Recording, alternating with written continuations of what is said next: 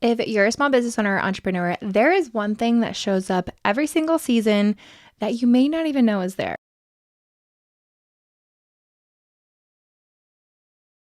Welcome back to another episode of the She Can't Quit podcast. Today, we're talking about one thing that always shows up when you're an entrepreneur, a creative, a small business owner, whatever that is.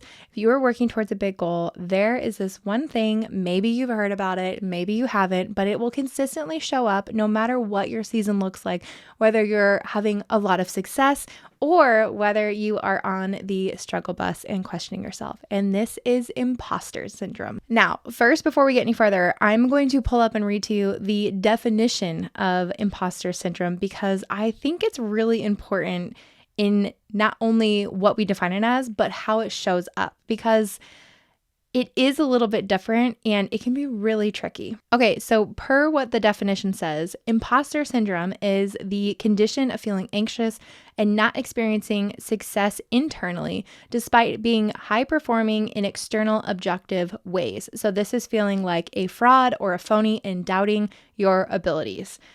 If you have been working towards the goal, if you're an entrepreneur, if you're a small business owner, then I guarantee you're shaking your head yes and being like, yes, Britt, I've been there.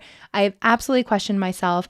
But I think where we get it wrong is in the action that we take when we meet ourselves with imposter syndrome. So I wanted to bring this on the episode today because I realized that it had been showing up in this past current season and I didn't even know it. So I'm hoping that this will be at least an inspiration for you, or feeling like you've been seen or heard, because as I've grown my channel and my platform and my presence, I ultimately always want to share with you the behind the scenes and what I'm going through, because I believe that there is an unneeded loneliness and an unintentional gatekeeping when it comes to growing businesses, raising babies, doing all the things, because we not necessarily don't share the negative on social media, but I feel more so as creators, and especially as moms or parents who are creators or have a social presence, I feel like it's harder to share everything all at once because you're being pulled so many different directions.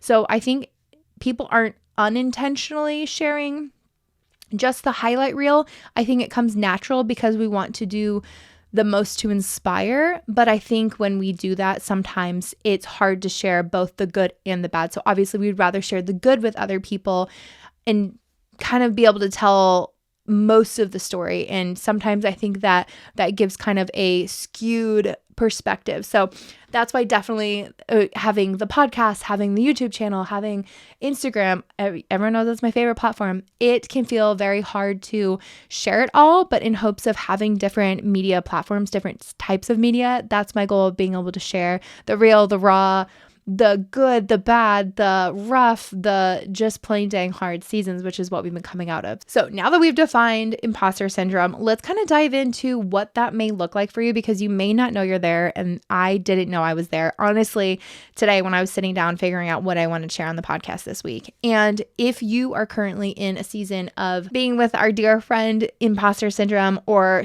just feeling like you're flat out struggling and questioning yourself constantly. So I have some notes down here, and we're going to have just kind of a real and raw episode, because I feel like that's just where we're at. That's what we need. That's what I need.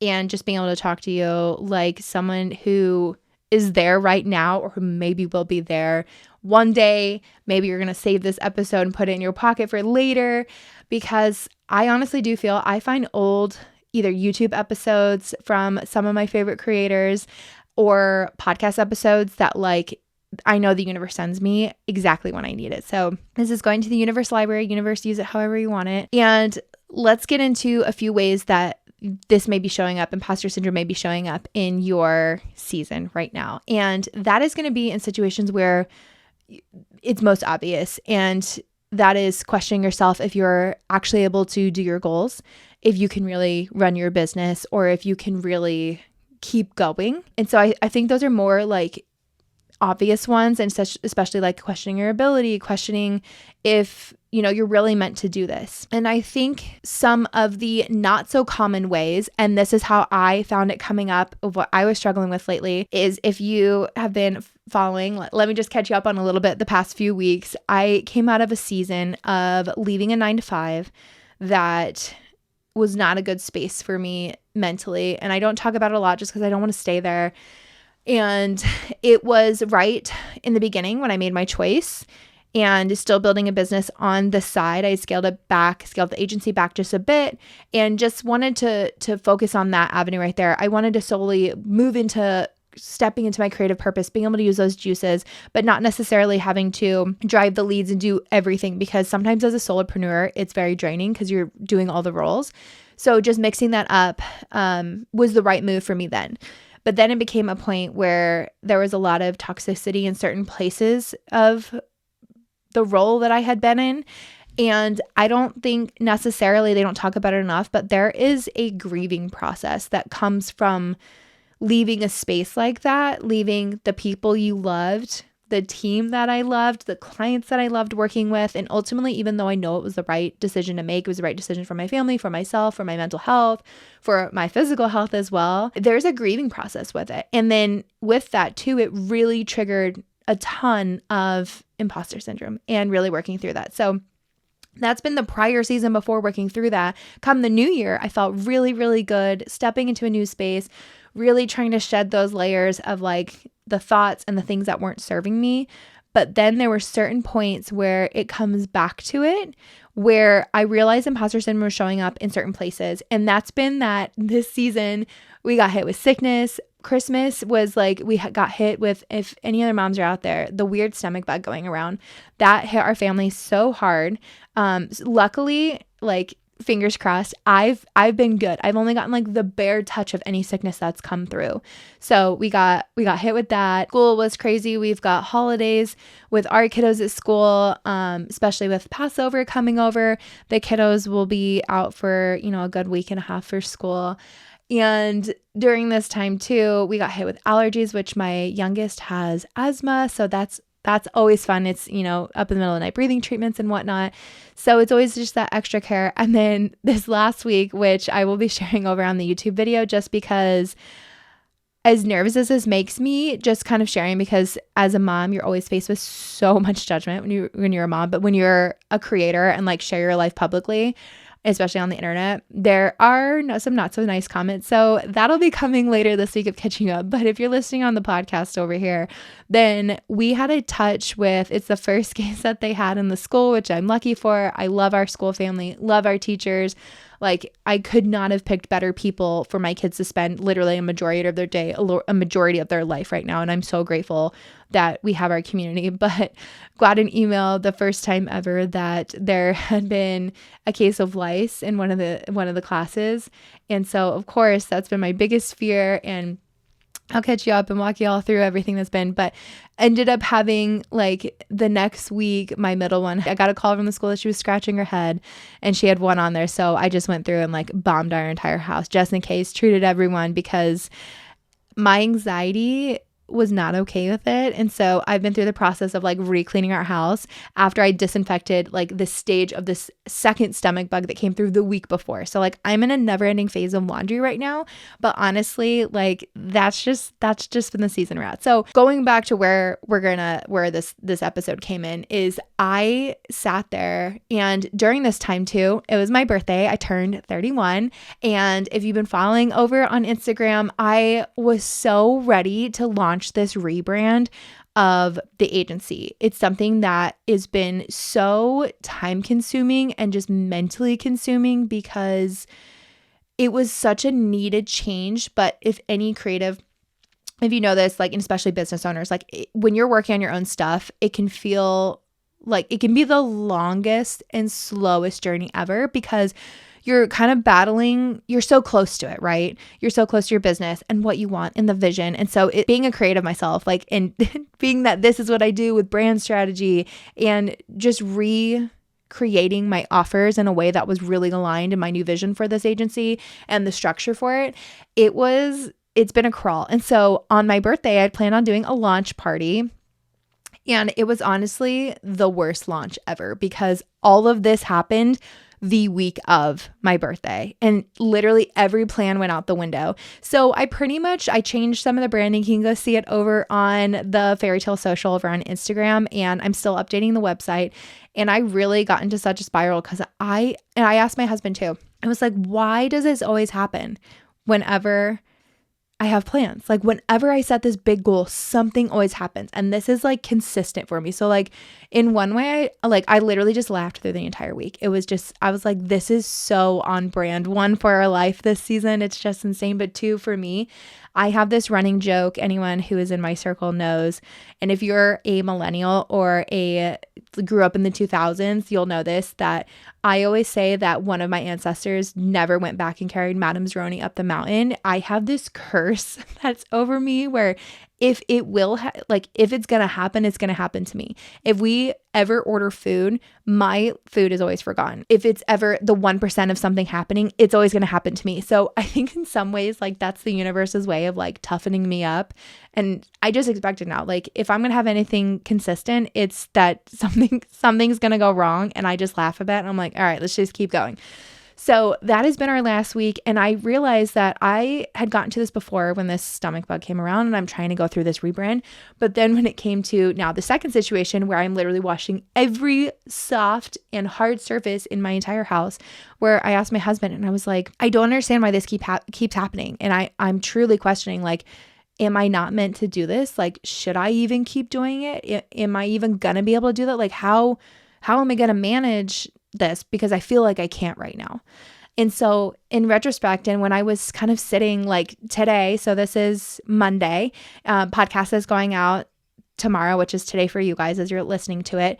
And I've actually had such a good day, like so productive. I'm creating a free resource, which I'm going to be sharing this week. Fingers crossed that nothing else happens because that's where we're at.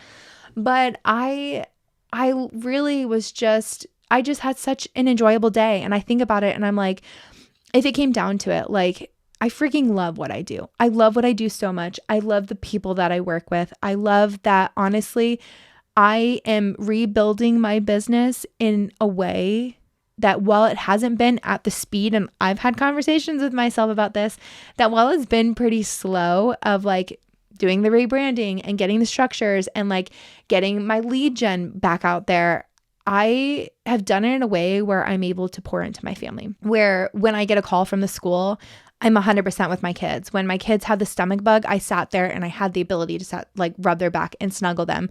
And that to me, and like on it too, like bigger one, take care of our house too, while my husband was working long hours. Like he's still in the corporate world. And I think that's just given me, looking back at it, like it's given me the things I've asked for. The universe gave me the ability to, one, not only plug in and work afterwards, but two, it gave me the ability to take care of my family. And honestly, that's what I wanted. And I've said this before too, but I always wanted a stay-at-home mom.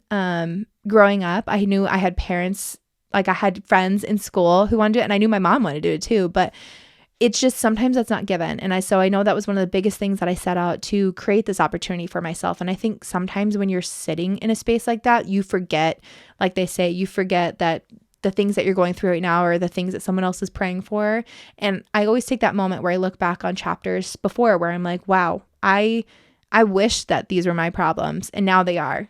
How grateful am I that I'm walking through these hardships? So while I was going through that, I was sitting here thinking, the reason that I'm questioning myself right now, one, it's not the truth. It's imposter syndrome that's feeding me those truths, in air quotes, if you're not watching over on YouTube. And I realized that the reason I'm working through this is, one, it's giving me the perspective of the way I wanted to build my business and literally walking through it to have that experience. But two, it's letting me walk through it to gain the experience, the tools, and the perspective to share with others, with you who's watching and listening to this right now, whenever you're listening to this, whether it's tomorrow, today, or years from now.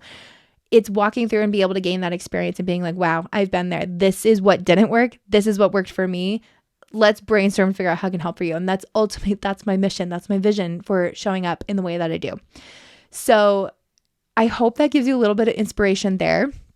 And I want to kind of go over just a few things if you're in imposter syndrome and you're like, wow, that's 100% where I'm at right now. If you're comparing yourself to others, if you're comparing yourself, I always compare myself to past versions of myself and be like, oh, I was able to do that. But then I look back and I'm like, Britt, you had 1 kid then, or 2 kids. Or honestly, sometimes the more simpler times for me was when my husband was deployed for a year and it was just me and my daughter. I was pregnant with my second and she came while he was overseas. And it was easier because I had a very small world then. I think I knew exactly what I had to handle. And so I think there was very few unexpected things then. And I don't know if anyone can else, military families, wives can relate to this of during deployment, like, you know what to expect. And there's very little surprises, or maybe it's just the mindset of like, you're just like, yep, that happened. Let's keep going. And there's a whole other episode that I could get into with that. But I think sometimes I compare myself to having different seasons where there was different struggles and maybe they felt easier than where we're at right now. But every season has its hard. The hard feels different. It hits different. And so if you're in a current season of imposter syndrome, if you're nodding your head throughout this entire episode, then I want to give you a few ways that you can get yourself out of it, because that's where I'm at right now, crawling out of it. Is it going to be consistently every day where I feel better? No, I know imposter syndrome is going to come back. And let me just put it out there. If you ever feel this way, remind yourself it's probably imposter syndrome, whether it's your inner mean girl or literally you can name them, Brenda, Susan, whatever you want to name your inner mean girl, or AKA imposter syndrome. So sometimes identifying that might help.